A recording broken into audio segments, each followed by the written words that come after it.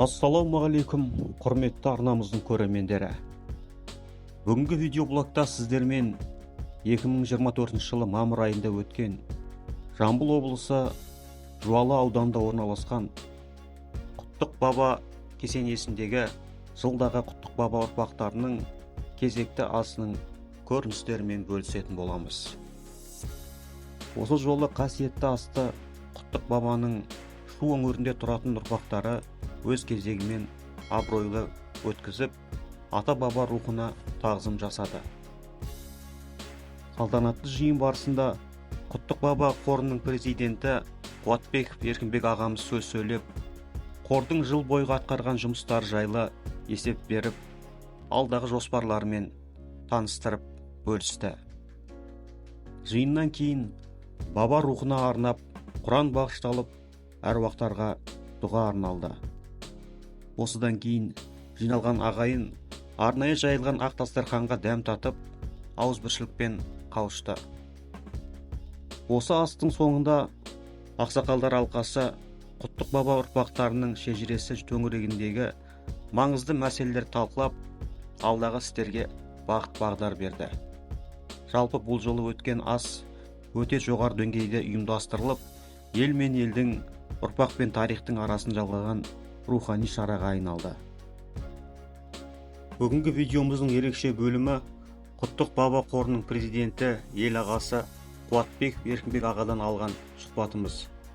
Сұхбат барысында Еркінбек аға қордың жыл бойғы атқарған игі істері мен жетістіктері жайлы кеңінен айтып берді. Сонымен қатар алдағы уақытта қолға алынатын маңызды жобалар мен жоспарларымен де бөлісті. Сондықтан бұл сұхбатты соңына дейін көруге кеңес береміз. Ал құрметті ағайындар, мінекей бүгінде кезекті ас жыл сайын берілетін бүгінде берілді. Асты Шу ауданында тұратын құтты ағайындарымыз ұйымдастырып, жақсы өтті бәрі.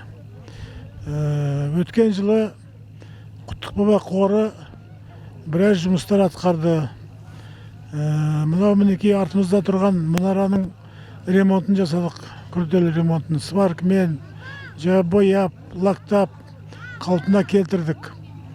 Мынау айналадағы заборды бояудан өткіздік мінекей. Сондай жұмыстар жылда істеліп тұрады. Бұл енді бір жылда істелген жұмыс, оның ар жағында да талай жұмыс істелген. Осылай Құттық баба кесенесі жылдан жылға жақсыра беру керек. Құда қаласа басқа да жұмыстар істейміз келесі жылдары. Оған мінекей құттықтардың ұйымшылдығы керек. Бүгінгі ас көрсетті мінекей Құттық бабаның ұрпақтары өте ұйымшыл. Барлық жұмыстарды атқарамыз келешекте. Бұдан да күрделі жұмыстар істеп, мынау Құттық бабаға Құран оқытуға келген адамдарға осы жерде жағдай жасауымыз керек. Намазхананы ремонтты өткізуіміз керек.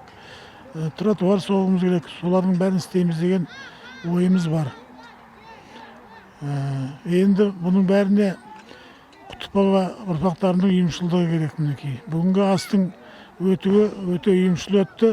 Сондай ұйымшылдықпен басқа жұмыстарды атқарамыз деген сеніміміз бар.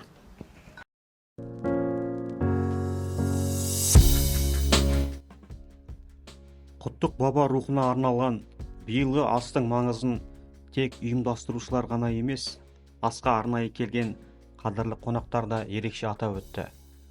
Видеоблогымыздың келесі бөлімінде астың мәні мен мазмұны жайлы ел мен елді жақындастырған осы шараның рухани маңызы туралы келген ағайынның жүрек жарды пікірлерін ұсынамыз. Сұхбат барысында көпшілік қауым астың ұйымшылдықпен өткен бүгінгі ұрпақтың баба рухына деген құрметі мен ынтымағы қуантатынын жеткізді. Кейбірі Құттық бабаның ұрпағы ретінде өздерінің тарихи байланыстар туралы тебірене әңгімелеп, шежірелі сабақтастықтың жалғасып жатқанына риза болды. Бұл сұхбаттарда елдің ықыласы, халықтың ризашылығы, баба рухына деген шынайы тағзым жатыр. Тыңдаңыз, көріңіз, рухани білім алыңыз.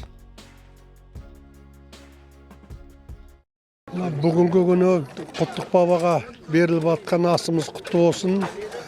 Әр сыйлап жүрген жақсы болады. Әр қолдасын бізді. Мынау өткен жыл біздің құттықтың жастарының ішінде көптеген жаңалықтар болды. Оның бірі Ұлжан Қанатбек Қазақстанның университеттерінің ішінде ғылыми жобадан бірінші орын алды. Сол сияқты Қошмамбетов Айтуар депутат болды. Қошмамбетов Асанның баласы екінші орын алды. Неден техника, робототехникадан. Сол сияқты Бақыбеков Тұрсынбектің немересі дүниежүзілік бокстан жастар арасында, қыз балалардың арасында бірінші алтын медаль алды. Осы сықылды жаңалықтар көп болсын. Мынау көпшілікке тілейтін тілегім, жастарды тәрбиелейік, ғылымға, спортқа, тағы да басқа имандылыққа тәрбиелеуге бізді Алла жазсын. Мынау шудан келген ағайындарға рахмет. Құттық баба несіне келіп жиналып, бәріне Құран бағыштап алғандарына бәріне рахмет. Бисмиллахиррахманиррахим. Ya Allah жар болсын бауырларым, мына Шымыр бабаның тараған Құттық бабаның кесенесіне келіп жиналып отқан бетіміз бар. Осында Құран оқытып, еске алып, ата бабамыздың әруағын, рухын еске алып отқан Алла разы болсын. Бауырларым шу районынан келіп отқан жігіттерге рахмет, Алла разы болсын. Осыны ұйымдастырып биыл келесі жылы Алла Таразға эстафетаны беріп отыр екен. Алла жар болсын. Аман есен кеткен басқа кездесе берейік. Алла жар болсын сіздерге.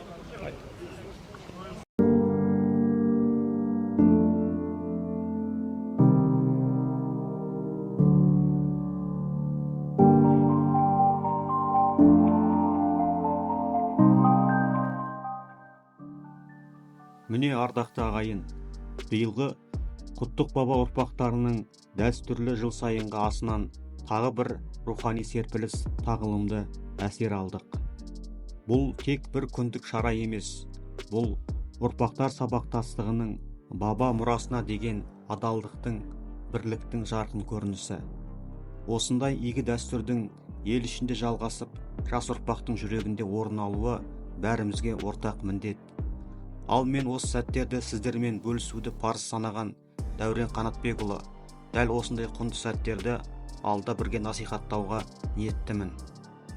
Егер бұл видео сіздің жүрегіңізге жетсе, арнама жазылыңыз, лайк басыңыз, пікір жазып ой қосыңыз.